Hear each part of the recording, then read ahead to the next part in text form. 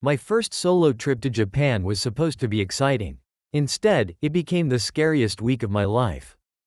I first noticed him in a convenience store late at night, deciding whether to buy a drink before heading back to my hotel.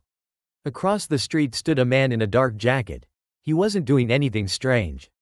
Just standing there, looking in my direction. I thought nothing of it. Cities are full of people. The next day I saw him again. This time at a train station. Same dark jacket, same expressionless face. I remember laughing to myself. What are the odds? A city with millions of people and I happened to see the same guy twice. 3 days later I was walking through a quieter neighborhood. I turned a corner. There he was. Standing beside a vending machine.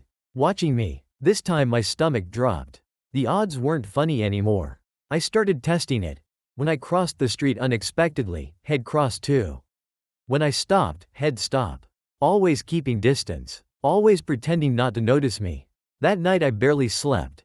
Maybe I was just nervous because it was my first time traveling alone. The next evening I was returning to my hotel. The streets were nearly empty. The sound of my footsteps echoed off the buildings. Then I heard another set.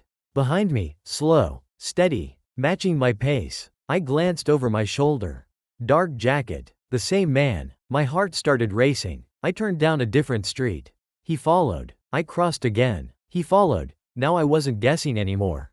I knew. I pulled out my phone and pretended to check directions.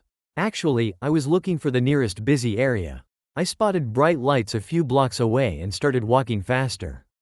His footsteps sped up too. Then I heard him call out.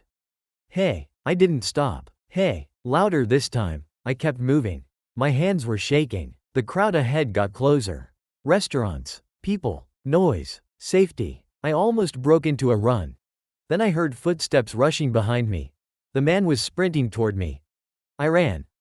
I went into a restaurant. The man stopped outside, watching through the glass. He left.